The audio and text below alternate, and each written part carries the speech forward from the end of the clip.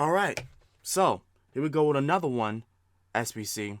I was trying to find in the comments if there was another requested SBC that you guys wanted me to do, but I couldn't find it. So we're just gonna do this that was on my list of the SBCs that I was interested in. This is about SCP 2456, Dreams of a Broken World.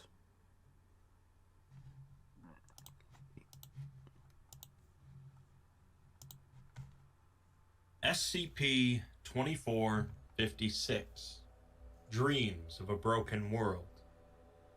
We've talked about Fifthism and the Fifth Church several times by this point, with each SCP related to the anomalous religion offering a considerable amount of weirdness, even by SCP standards. Since one of the main traits of Fifthism seems to be its lack of a cohesive definition, this SCP doesn't strictly require any prior knowledge of other SCPs. However, I would personally recommend at least a passing familiarity with the group, and specifically knowledge of SCP-1425, Star Signals, which I have covered previously. SCP-2456 is a memetic parasite that is currently living in about 0.7% of the global population, meaning that around 54 million people across the planet have some sort of mental infection living in their minds. In its base form, this parasite is not contagious, and in fact, lies dormant most of the time. The presence of the parasite seems to affect these individuals in certain ways, however, as many of the infected share common traits. These traits include an affinity towards astrology, astronomy, and/or various pseudosciences, an increased proficiency in speaking foreign dialects, especially those in the Balto-Slavic and Afro-Asiatic regions, prolonged episodes of acute psychosis and paranoia, dissociative identity disorder, OCD, and a high attention span for geometrical shapes, patterns, and sequences of 5. Okay. Well, you already know this is a Fifthist SCP since I told you, but those are some big clues, as many of these are traits connected to Fifthism in general, or more specifically, Ojai syndrome caused by SCP-1425. If an individual infected with SCP-2456 undergoes several stress triggers, the parasite will become active, causing the individual to suffer from something the Foundation refers to as an alpha event. The individual will fall into a period of advanced REM sleep, lasting up to 3 or 4 days. Oh my. And after awaking, will claim to have had a series of vivid, cryptic dreams. The dreams always consist of visions of past prophets from various religions being executed with a sword, and various celestial bodies dancing in the sky. After awaking from these dreams, the parasite is vulnerable enough to be wiped out of a person's mind using amnestics. If not, however, the parasite will return to a state of dormancy, which lasts between 6 days to 6 years. After this period, the affected individual will begin preaching about a new religion, which always begins as an abstract, monotheistic variation of an existing religion. Godhead figures of this new religion are synonymous with the sun, and are believed to bring about a future apocalypse. There will also be mentions of a Gizm-Turperic Sea, which is not believed to exist, but the Foundation is looking into connections with another SCP. Much of the religion will contain references to celestial objects, based on existing astronomical knowledge of the current time period. The preacher will also write down doctrine of this new religion, utilizing the number 5 frequently, and will draw numerous icons and symbols, often featuring the appearance of hands and regular quadrilaterals. The sun is also used often, with representations having limited forms of mathematical significance for some reason. This new religion is how the parasite spreads, although it's not knowledge of the religion that causes infection. You could read an entire summary of these various Fifthist religions and not be infected. Instead, it requires directly hearing about the religion from an infected individual, and you have to have strong religious beliefs to begin with. If someone does get infected by this process, they become something different than the original carrier of the parasite, Okay. referred to as a beta instance. Beta instances are typically violent and aggressive, prone to self-mutilation and warlike behavior, and will actively seek out uninfected to either spread the infection or to just murder them. It seems that the new religion also is capable of mildly warping reality around those it infects, growing in strength the more infected there are. We'll get to some specifics of that in a bit, but it varies quite a bit based on the nature of the new religion created. Those members of the population that are infected with a dormant parasite are immune to being infected by the anomalous religion, and may actually react aggressively if exposed to it. This will potentially act as a stress trigger, meaning that it's more likely that the parasite will become active. If two people with active parasites ever come into contact, meaning that they are each preaching about two different new anomalous religions, something very bad will end up happening. So far, throughout history, none of these anomalous religions have been successful in spreading to more than 5% of the global human population. Which is good, because the Foundation predicts that if that number ever hit 7%, it would be out of their control. For one reason, because there would be too many people actively working to spread it, and for another reason, because the reality warping effect would continue to grow massively in strength. Again, something very bad would occur if around 96% of the world population became infected, but by that point, I'm not sure how much it would bother us. The Foundation first learned of SCP-2456's existence during a raid on a base belonging to the Serpent's Hand in Oregon. While recovering some other SCPs, the MTF found a wooden crate next to a furnace with the words "Fifth Cycle of the Mind" stamped on its side. Inside were numerous Fifthist texts, manuscripts which detailed SCP-2456, and a note which read, "George, this is our latest catch. Please burn these as soon as you can at your discretion. Don't let the idiots find this."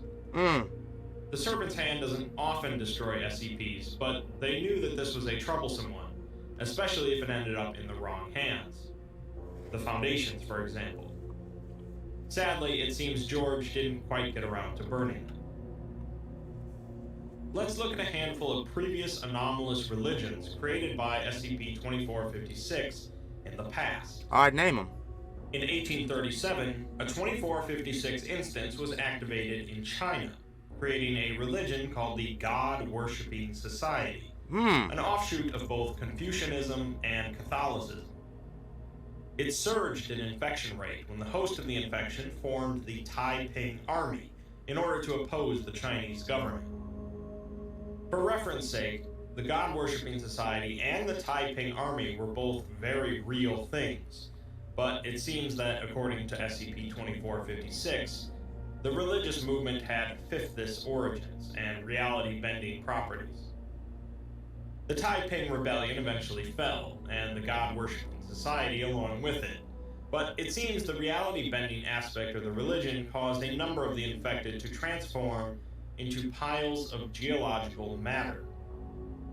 While investigating the areas associated with the religion, the Foundation found human DNA bonded to rocks in the area. Moving over to Egypt, the cult of Aten was an anomalous religion that sprung out of the Egyptian mythos. The host of the religion is unknown, but it soon affected a pharaoh, Akhenaten of Amarna, who used his authority to condemn worship of all Egyptian deities, forcing his people to worship a sun god, Aten. Foundation archaeologists have found evidence in temples devoted to this religion that show aspects of self-mutilation and sacrificial removal of the heart. The reality-bending effects of the cult of Aten seem to be related to shifts in both time and space. Occasionally, days would be stretched out to longer than normal, on one occasion with the midday sun not moving for 5 days, causing a drought and a peasant riot. Egyptian astronomical charts during this period show constellations, nebula, and star systems that are non-existent or in the wrong place.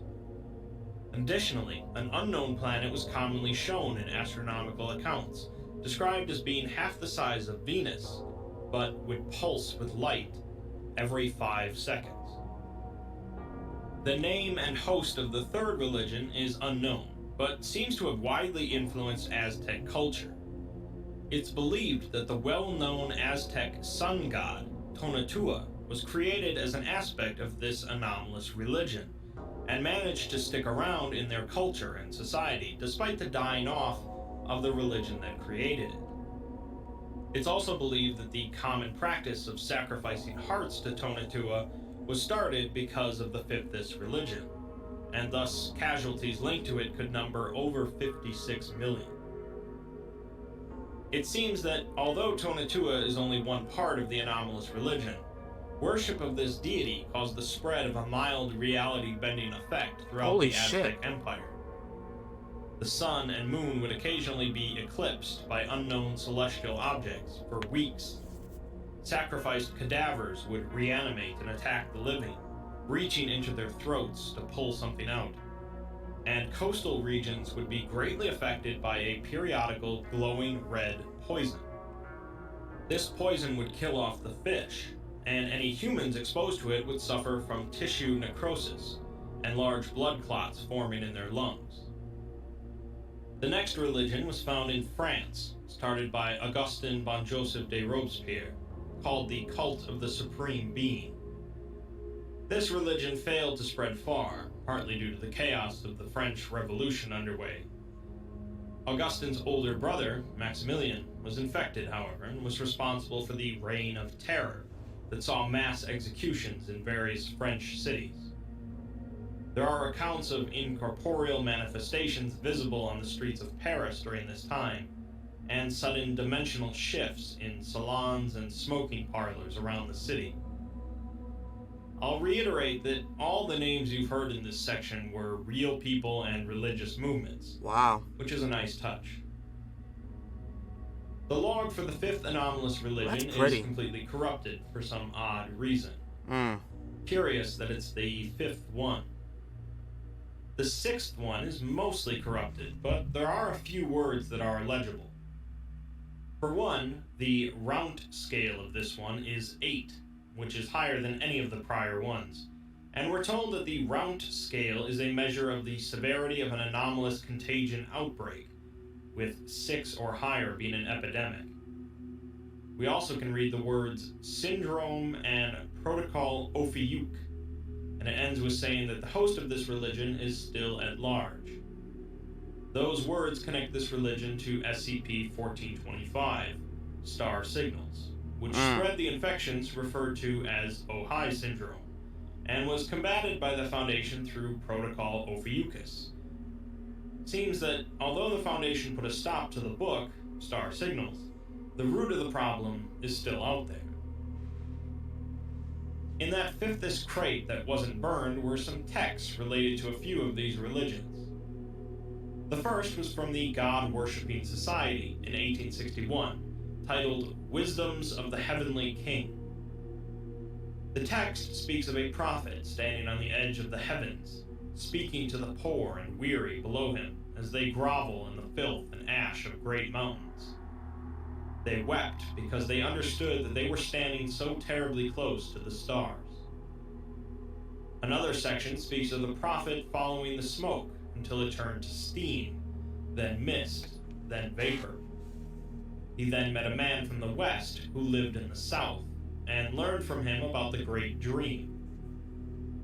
The man from the west left the great prophet, refusing to assist in the prophet's mission, but the prophet understood. The prophet then led his people out of the ashes and waged war, and they prevailed because the sun was on their side. The enemies that didn't flee were turned into ebony tar, black sand, and white salt.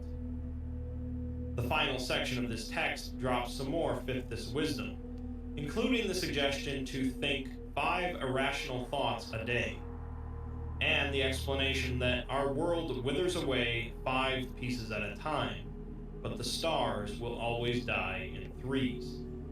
A phrase similar to one spoken during the Star Signals debacle. Text from the Cult of Aten manuscript is practically indecipherable to our normal, non-fifthist minds. It apparently is a previously undiscovered verse of the great hymn to the Aten, written by the pharaoh. It mentions the pharaoh's scribe, who is likely the original host of the religion, and mentions the mysterious pulsing planet, writing that it is Aten sending them visions from the heavens. It states that Aten perished among the harlots, whatever exactly that means, but he died with his whores. That's basically what it was. He died with his sluts. He died. That's what that means. Live on to indulge the next world with his divine antipathy. Finally, we have a diary written by Augustin Robespierre, who starts by writing about the Festival of Reason, a nationwide celebration initiated by the Cult of Reason to devalue Christianity in France. A week later, Augustin says that his brother Maximilian has voiced his concerns about the Cult of Reason, and that he had requested Augustin's presence in a salon, apparently one that the Foundation believes is linked to another SCP. Oh, shit. His brother raged against the festival and the hypocrisy of the officials that organized it, but he didn't pay him much mind. The next diary entry shows that Augustin had a very vivid and peculiar dream, a sign that his 2456 parasite has activated. A week later, he now has a much clearer picture of a new religion, focused around a single deity that defies all odds and expectations and reconquers the world. He writes that a king must always exist in society, and this will be the one true king. Augustin sent a letter to his brother explaining the religion, later telling him in person. And now, Maximilian was infected as well, leading to the formation of the Cult of the Supreme Being. Augustin writes about an occurrence in which he was reading a book of poetry on a bench when a headless man came up and asked him for a coin to pay the ferryman. Augustin didn't seem alarmed about this at all. He also writes about entering a strange salon where he encountered a 5-armed duke who ate some of Augustin's flesh. He goes on to write about how much blood is running through the streets, erupting from executed corpses like geysers. Oh my. It seems that perhaps Augustin lost faith in the cult of the Supreme Being, as he says that the promise of the Supreme Being allowing them to enter paradise is an empty promise from an empty Lord. Oh. He says that the world has been afflicted with madness, and says that he is guilty of giving his brother those inbred thoughts. He still retains belief in the existence of the Supreme Being, though, asking him to punish him.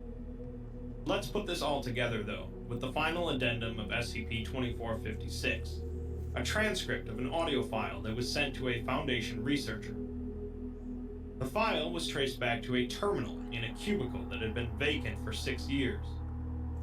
The terminal was found to be badly corroded, with traces of acid, sea brine, and burnt human tissue found in the CPU.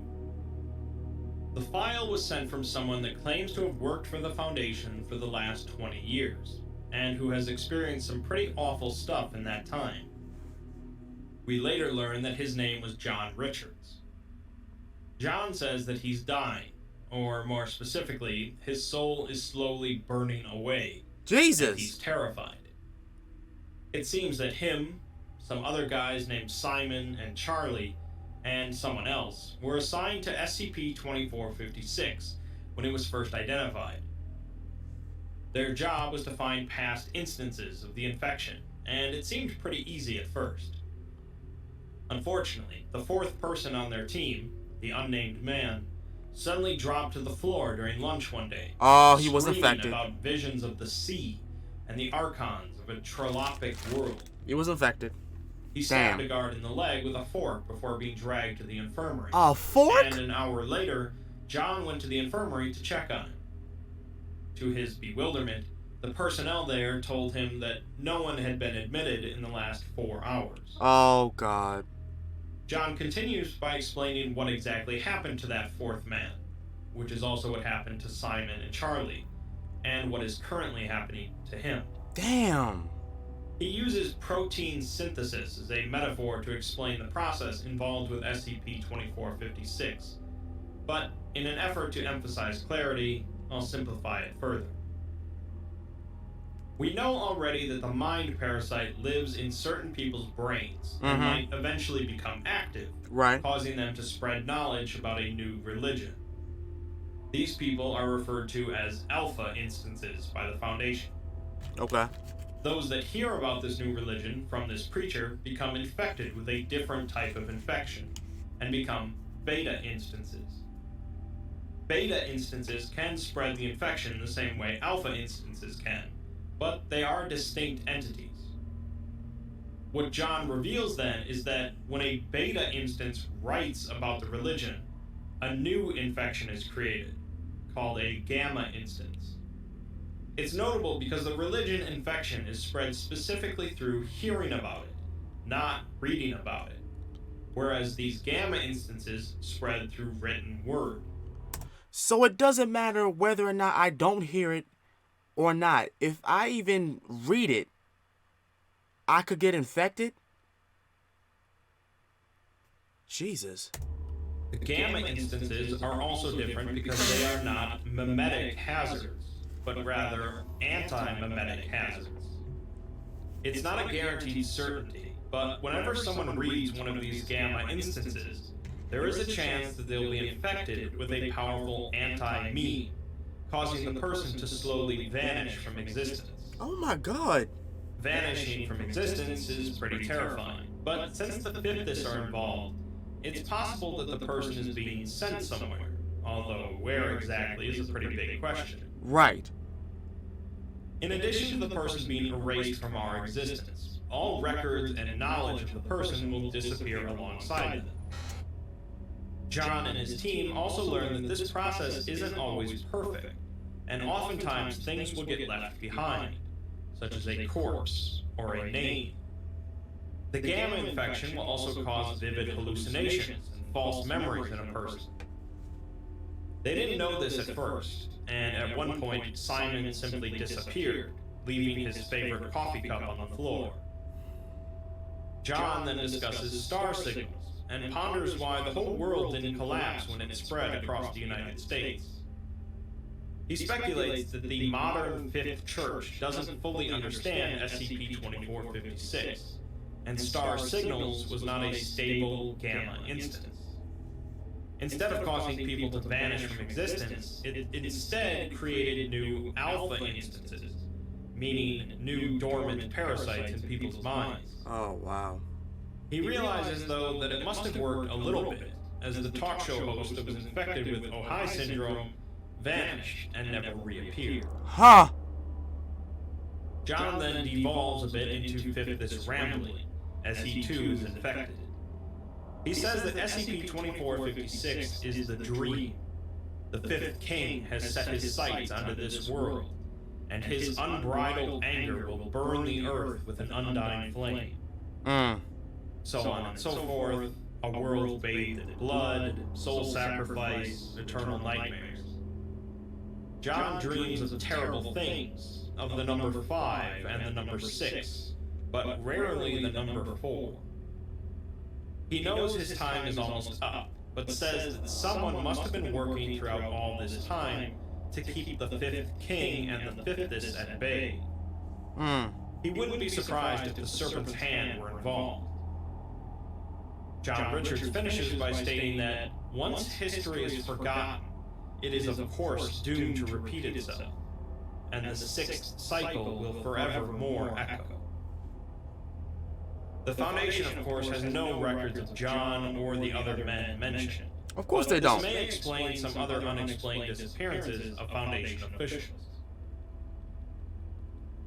Fifthism is an enigma by design, but as we learn more and more about it, we can begin to form a picture through all the similar concepts building on top of one another. Mm-hmm. This SCP links a lot with SCP-1425, Star Signals, and we learned a couple of things about it.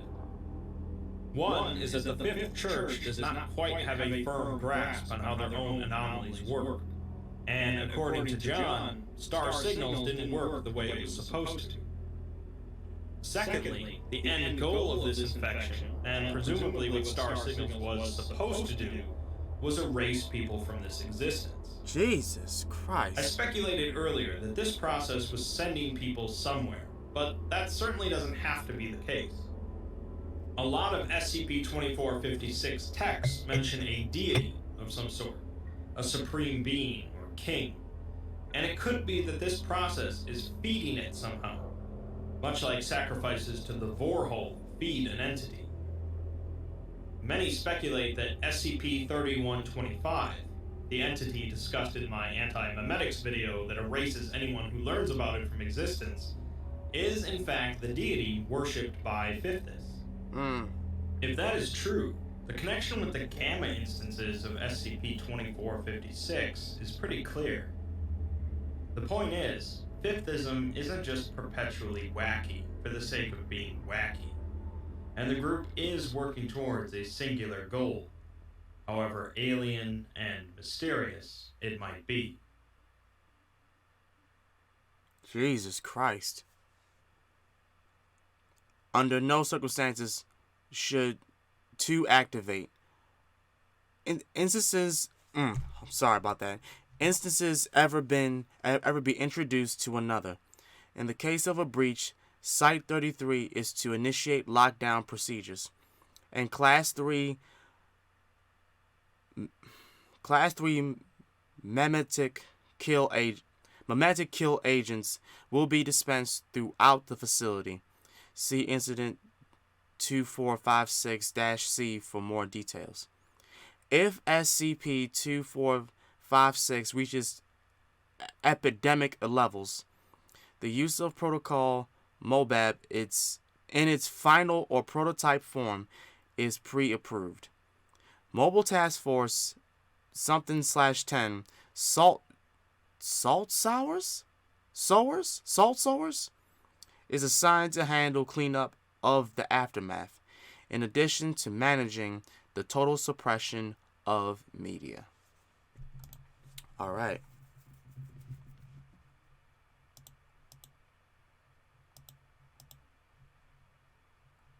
Okay. Well, that was very interesting. Imagine if that was the case for a lot of these crazy religious people. Imagine if that was the case.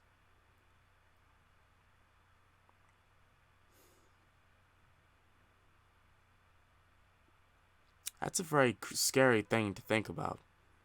Obviously, it's not real, but imagine if that was the case. That will explain a lot of shit, you know? That really would. But at any rate, it's whatever. Post your comments down below what you thought about this. This was just crazy. This was just absolutely fucking crazy. But yeah, leave a like, subscribe, join the Sakurai clan today. As such, it's been Master Ryo Sakurai. I love you guys, and I will most definitely see y'all next time. Peace.